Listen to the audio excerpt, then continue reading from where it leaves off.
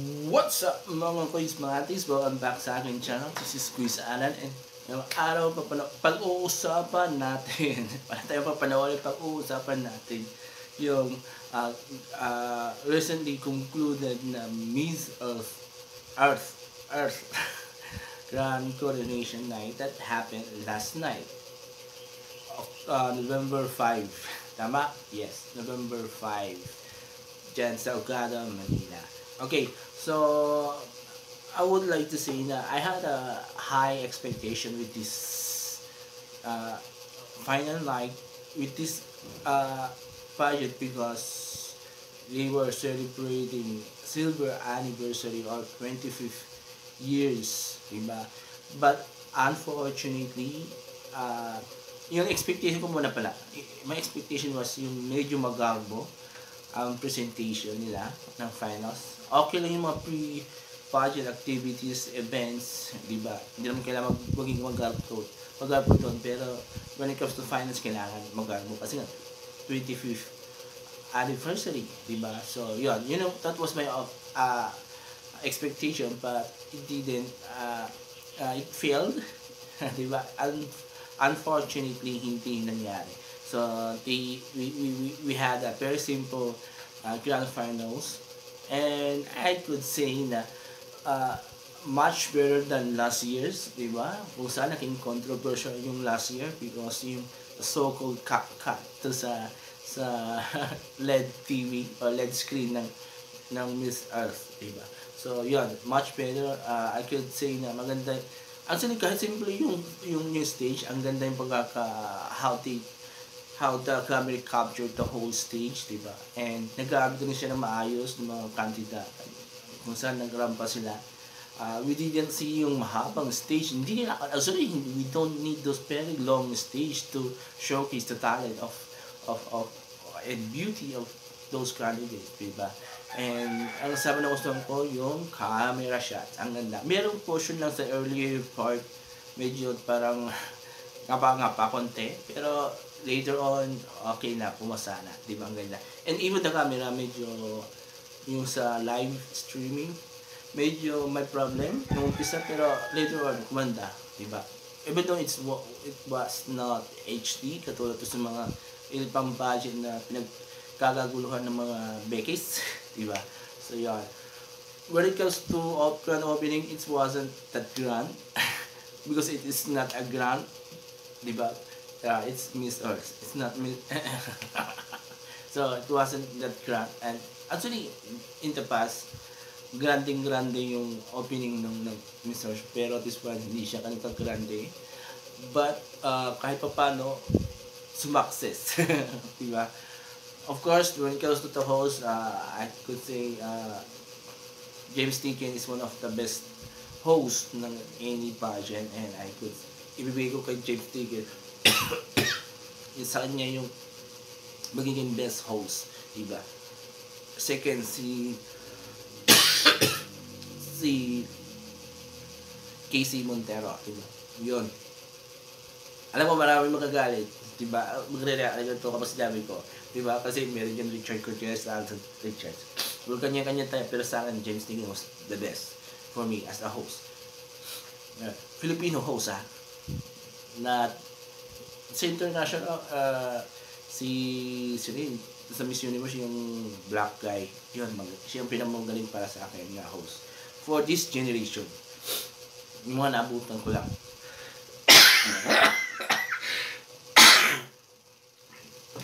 Now the pageant itself, yung dun sa pageant mismo, to sa pagpili to sa top 25, well, wala akong masyadong, I'm not totally against to sa mga napili to sa top 25 except the exclusion of Cambodia and Cuba. Cambodia was one of the one of the favorite during the pre-pageant activities. Cuba, same way. Si Cuba naman more on sa mga hot picks ng mga budget vlogs, diba? So yun, hindi sila nakapasok, so I could say na especially si Cuba, sabi ko siya yung El Tucuyo ng Miss Earth, diba? For this year. So, top 25, that was the swimsuit. And ang ganda ng pakakuha ng mga shots doon. Like I've said earlier, mayroong part lang doon na medyo parang nakaproblema. Parang nawala yung cameraman. Pero everything na-captured na maayos na shot. Maganda mga angles ng camera. It was very good. Diba? It wasn't as kagaya no sa mga ibang international value, but again, it's very decent. Isang maayos na camera shots, diba? Maayos. Na bigay, yun na ipakita yung ganda ng hubog ng katawan ng mga babae. So, yun. So, Philippines was one of the top 25. So, pasok siya. Diba? Yung mga, sino pa, mga heavy favorites. Thailand, pasok. Vietnam, pasok rin. Diba? And sino mga heavy favorites? Mexico, na People's Choice that night. Diba? Now, sa top 12, so more than half ang natanggal.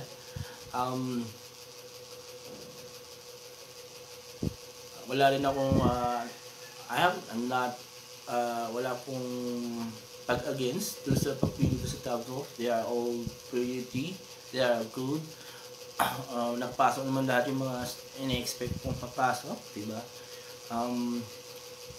Actually, there's one African beauty na nakapasok lang sa top 12, and that was Miss Ethiopia, diba?